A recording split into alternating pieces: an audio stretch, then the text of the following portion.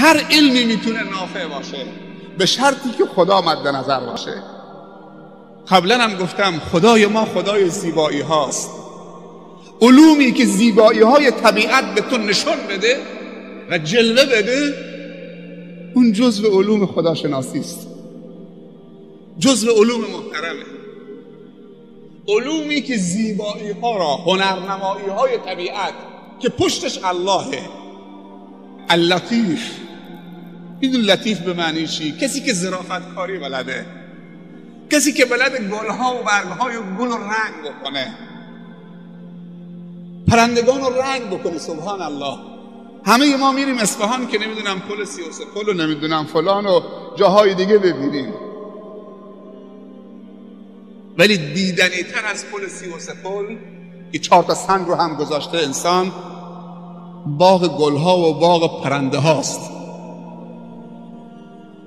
من سال گذشته بود بچه ها ما بردم به مدت شاید 1 ساعت 2 ساعت همین باغ گلها و پرندگان. حالا هر سال میگم بابا ما را اگر میبری ببر باغ پرنده ها، انواع پرندگان رنگارنگ، زیبا، قشنگ، همه میگه سبحان الله. هر نوعی که میبینید یا یک نوع چقدر متنوع. امروز اگر کسی خدا رو نشناسه، با این همه پیشرفت علمی و هنری و این همه ابزار ارتباطاتی که علم و زود میتونه انتقال بده، بچه های ما اگر به زبان انگلیسی بپردازن، زبان فرانسوی بپردازن، زبان عربی بپردازن، متاسفانه زبان مادری خودشون درست بلد نیستن. سالی چند تا جمله مفید خوب ارزشمند تو فارسی ما یاد میگیریم و یاد میدیم. سالی چند تا کتاب مطالعه میکنیم.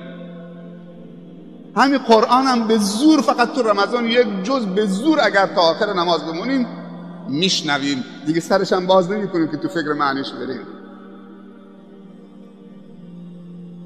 هر علمی و هر زبانی که یاد بگیری افق تو رو چند برابر بازتر میکنه، افق فکری. سبحان الله. اگر بچه های ما یک زبان غیر از زبان مادری بلد باشن، میدونی چقدر اطلاعات به معلوماتشون افزایش پیدا میکنه؟ یک بچه در سن 5 سالگی 6 سالگی توانایی 3 تا زبان همراه هم غیر از زبان مادریش داره که همزمان با هم یاد بگیره، ولی ما نمیفرستیم. بچه اگه از اول ابتدایی بره تا 3 راهنمایی، کلاس زبان، کلاس عربی، تو همین چند سال باور بکنید حداقل 10,000 تا جمله و کلمه یاد میگیره. دیگه خلاص خود به خود راه افتاده. اینا به عنوان یک سرمایه براش میمونن و پایه های علمیش میشن و فکریش. امروز ابزار علم همین کامپیوتره، اطلاعات تو اینه.